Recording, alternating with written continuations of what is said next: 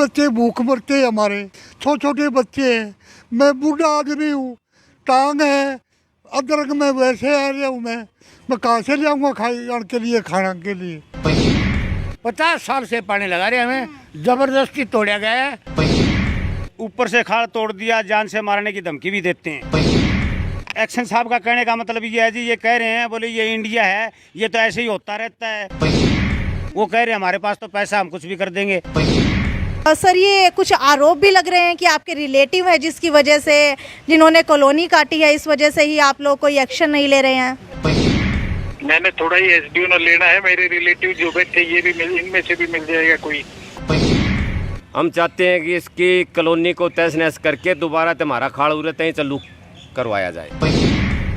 अपना सामान MRP पर नहीं डिस्काउंट पर लो। और हिसार में डिस्काउंट कहाँ मिल रहा है ये जानो सेलट्रेंडिंग.com पर। विजिट सेलट्रेंडिंग.com, पहले कंपेयर करो फिर शॉप करो। जब भी आप लोग खेत के अंदर काम करते होंगे तो आप लोगों को पानी की ज़रूरत हमेशा पड़ती होगी, क्योंकि पानी के बिना कोई भी खेत के अंदर फसल नहीं उग सकती। लेकिन क्या हो जब वो पानी का रास्ता ही बंद कर दिया जाए। ये जो आप लोग देख पा रहे हैं ना, ये सभी इसीलिए बैठे हैं क्योंकि इनके गाँव के अंदर पानी का रास्ता बंद कर दिया गया है। सातरोड़ और डाबड़ा के बीच के अंदर एक पानी का नाला है, भाखड़ा नदी वहाँ से बहती है और वहाँ से एक रास्ता निकाला गया है जिसे खाल कहा जाता है। पानी का एक रास्ता है और वो रास्ता बंद कर दिया गया है क्योंकि वहाँ पर जमींदार की जमीन के ऊपर गैर कानूनी तरीके से कॉलोनियाँ काट दी गई है। ऐसा आरोप जो है यहाँ पर लगाए जा रहे हैं। तो इनसे जानने की कोशिश करते हैं कि आखिरकार क्या हुआ है। मुझे ये बताइए कौन से गाँव के हैं और क्या कुछ हुआ है। डाबड़े गांव के हैं जी हम। अच्छा। और हमारा खेत कर दिए 100 एकड़ के मेरे बिराने। बच्चे भी बिजाई नहीं हो रही किसी चीज की भी। अच्छा। पानी पीने की भी नौबत है हमारी जी। और ये अफसरों के पास जाते हैं तो ये एक्शन है, ये उसका रिश्तेदार है, कोई कार्रवाई करने नहीं देता। किसी के पास जाते हैं, किसी के पास जाते हैं तो उसके साथ बैठ के दांते निकालते हैं, हंसते हैं, बेइज्जती करते हैं हमारी। क्या कहते क्या है आपको? कहते हैं हो जाएगा, उसको करा लिया, उसको करा लिया। हम कई दिन से 2 महीने से चक्कर काट रहे हैं, हमें एक कागज भी नहीं देते बना के। कहते झूठ बोलते हैं, कहते हैं हमने तुम्हारी तरफ फैसला दे दिया है। इनके कहने का अच्छा एक बार समझाएंगे कि कैसे आपकी जो ये खाल है वो निकल रही है, एक बार जमीन पे समझाइए। यहाँ जमीन पर जी ये भाखड़ा जा रही है नहर, ये इसमें ये हमारा खाड़ जा रहा है, एक सीधा खाड़ जा रहा है। तो क्या करिए, हमारे वाला जो खाड़ अड्डा जा रहा है ना जी, वो मिटा दिया गया है। ठीक है, ठीक है। आप बताइए पूरा मामला क्या है और किस वजह से आप लोगों का ये खाल जो है, क्योंकि मैंने सुना था पहले इसको पक्का भी कर दिया गया था इस नाले को। 2 बार पक्का किया है जी, 2-3 बार। अच्छा। 50 साल से पानी लगा रहे हैं जी। वो इनके 50 साल से पानी लगा रहे हैं, हमें जबरदस्ती तोड़ा गया है। और तोड़ने के बाद सबसे ज्यादा इसकी जो पैरवी कर रहे हैं, विपक्ष की जो मेयर ले रहे हैं, उसको करने नहीं देता। अच्छा ये बताइए, ये एग्जीक्यूटिव इंजीनियर जो यहाँ बैठा है, ये आप लोग कह रहे हैं कि जिस कॉलोनाइजर ने ये जो कॉलोनी काटी है उसका रिश्तेदार है। आपके पास क्या सबूत है रिश्तेदार है? उसका जो जिसका खेत है, जिसने बेचा है जी, उसका भांजी जमाई है ये। अच्छा। हाँ, ये नहीं होने देता। अच्छा क्या ऐसा है, क्या ये उनके रिश्तेदार है? हाँ जी। अच्छा। हाँ जी। पूरा मामला क्या है? ये ऊपर से खाल तोड़ दिया, जान से मारने की धमकी भी देते हैं। जान से मारने की धमकी किसने दी है? एक्शन साहब का कहने का मतलब ये है जी, ये कह रहे हैं बोले ये इंडिया है, ये तो ऐसे ही होता रहता है। कई जगह टूटा हुआ है, तुम्हारा भी टूट गया, क्या हो गया? कितना समय हो गया है ये तोड़े हुए? कितना समय हो गया है? 2 महीने से ऊपर हो गए जी। 2 महीने से ऊपर हो गया, यानी कि आपके खेतों तक अब पानी नहीं पहुंच रहा है 2 महीने से। किस किस चीज की फसल उगाया करते थे आप? हमारी पीछे वाली फसल भी खराब हो चुकी जी, गेहूं की फसल खराब हो किस चीज की उगाते हो? गेहूं की। धान और गेहूँ। धान को तो मेरे ख्याल से सबसे ज्यादा पानी चाहिए होता है। हाँ जी, सबसे ज्यादा पानी चाहिए धान को। हाँ। गेहूँ भी हमारे के नाम है 60 मन किलो की होती, 30 मन निकली है वह। अच्छा। बीच में पानी की कमी आ गई, उसकी वजह से, आखिरी पानी की वजह से गेहूँ भी कम हुई है हमारे। अच्छा आप मुझे ये बताइए, एक बार आगे आ जाइए। आप मुझे ये बताइए कि लगातार आरोप लगा रहे हैं आप लोग कि रिश्तेदार है, इसकी वजह से कॉलोनी काट दी गई। वो कॉलोनाइजर कहाँ का है और किसकी जमीन है?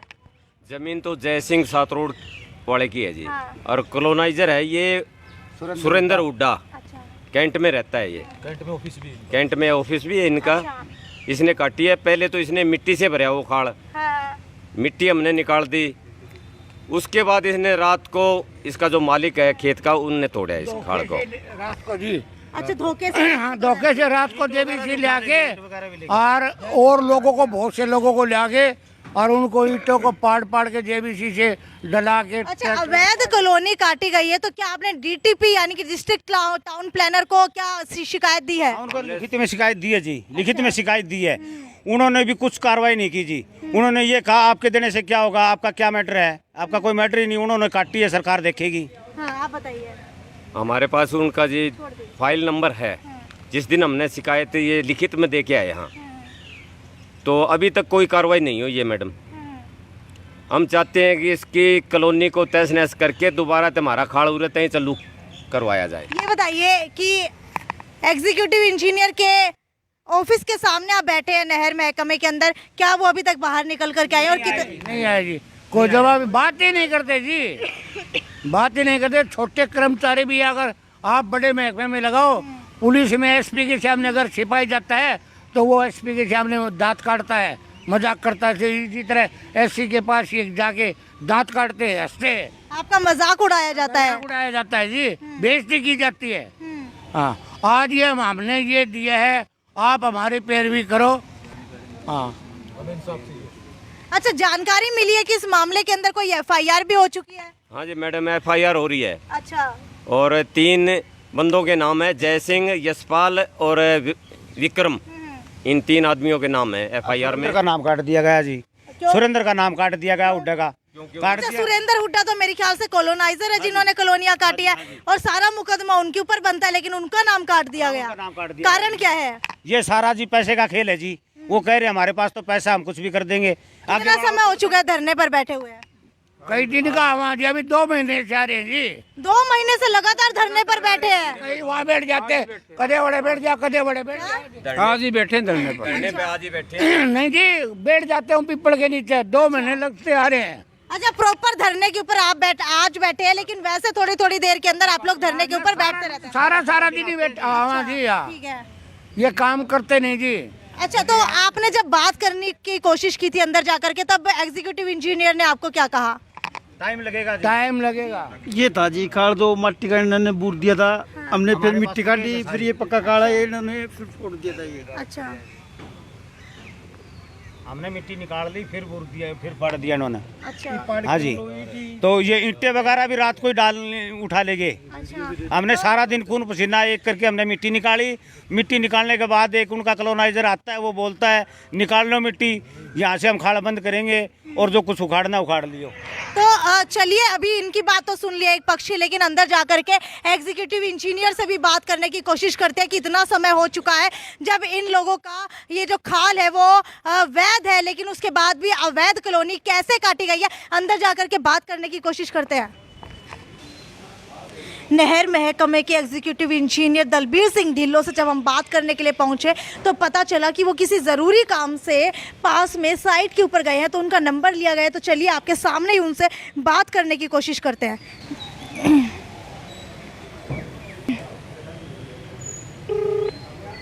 हेलो, दलबीर सिंह से बात हो रही है?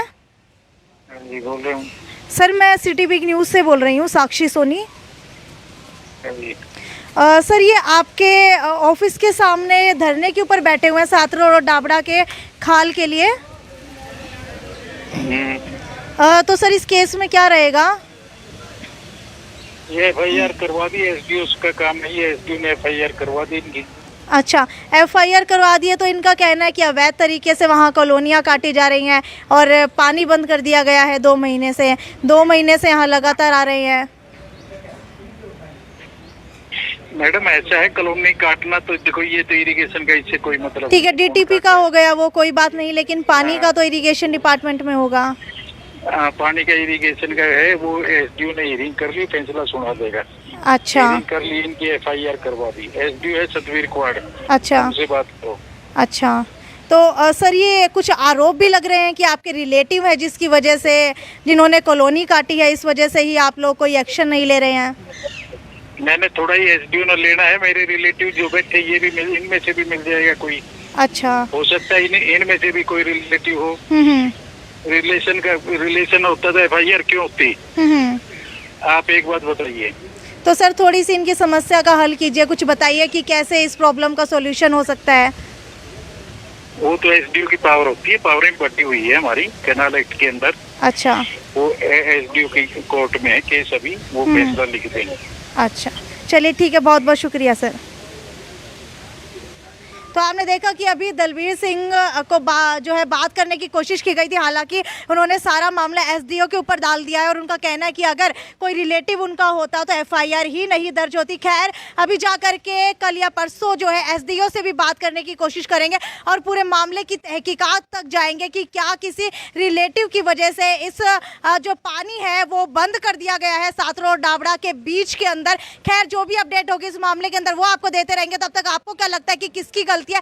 क्या सरकारी महकमे के अंदर एक महकमा दूसरे महकमे के अंदर आरोप लगाता रहता है, उसके ऊपर जो है ये सारी गलतियां मरता रहता है, सिर्फ यही तक रह गया है हमारा सरकारी डिपार्टमेंट? खैर जो भी इस मामले तक की पहुंच होगी वहां तक हम जरूर जाएंगे और इन सभी बुजुर्गों को न्याय दिला करके रहेंगे, ये हमारा वादा है। जी बताओ। हाँ जी, जिस टाइम पे FIR दर्ज हुई उस टाइम पे ये एक्शन साहब थे नहीं यहाँ। अच्छा। अगर ये होते तो ये FIR दर्ज भी नहीं होने देते। मतलब ये जो FIR दर्ज हुई है वो पहले वाले एक्सीएन के उसमें हुई है? हाँ जी, वो पहले वाले ने की थी। हाँ। उन्होंने कर दी थी, ये फिर इनके आने के बाद कार्रवाई रुकी है सारी। ठीक है। अच्छा एक्सीएन का कहना है कि ये सारा मामला SDO के पास है, तो क्या एक्सीएन के पास कोई भी इस बात की पुष्टि नहीं है या फिर उनके पास कोई भी अधिकार नहीं है? SDO साहब भी यही कह रहे हैं जी, ये कह रहे हैं मैंने कार्रवाई करवा रखी है, अभी कर देंगे, 1 घंटे में कर देंगे, आधा घंटे में कर देंगे, अभी तक तो नहीं हुई जी। ठीक है। आज से 4 दिन पहले हमारे पास संदेशा पहुंचा था, बोला भाई आपका हक में हमने फैसला सुना दिया है, वो आप शुक्रवार को कॉपी ले लेना। अभी तक तो नहीं मिली जी, सोमवार आ चुके हैं, अभी तक तो कुछ नहीं मिला हमें। और SDO एक्सीएन के ऊपर डाल रहे हैं, एक्शन जो है SDO के ऊपर डाल रहे हैं। नहीं, एक दूसरे के ऊपर पल्ला झाड़ रहे हैं जी, ये बेवकूफ़ बनाने के लिए एक दूसरे के ऊपर पल्ला झाड़ रहे हैं। कभी SDR के पास भेज देते हैं, कभी जिलेदार के पास भेज देते हैं, कभी इधर आते हैं तो वहाँ भेज देते हैं, ऐसा करके अपना अपना पल्ला झाड़ रहे हैं जी। हम तो जमींदार आदमी, हमें कुछ पता नहीं। इनको वो ये सोचते हैं कि ये तो बेवकूफ़ हैं, या धक्के खाएंगे और चले जाएंगे।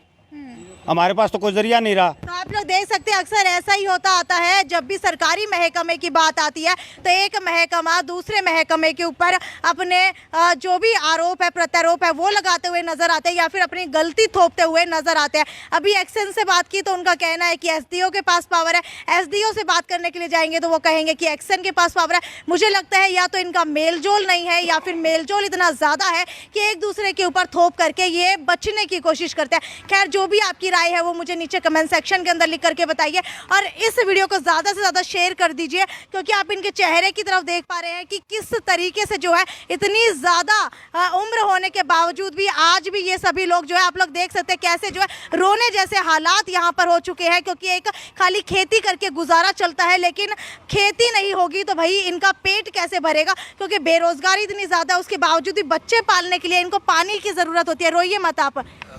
हाँ जी, क्या नाम, खाने के लिए कहाँ से लाया? बच्चे भूख मरते हैं हमारे, छोटे छोटे बच्चे हैं। मैं बूढ़ा आदमी हूँ, टांग है, अदरक में वैसे आ रहा हूँ। मैं कहाँ से लाऊंगा खाने के लिए, खाना के लिए? तो देख सकते हैं आप हालात कैसे हो चुके हैं। सरकार जो है पानी बंद कर देती है और आप लोग देखिए कि कैसे जो है सरकार ने जो ये पानी दे रखा है खाल बना करके उसको कॉलोनाइजर आ करके तोड़ देता है। खैर इस मामले के आगे जो भी अपडेट होगी उससे आपको रूबरू करवाते रहेंगे। तब तक इस वीडियो को ज़्यादा से ज़्यादा शेयर कीजिए और इनको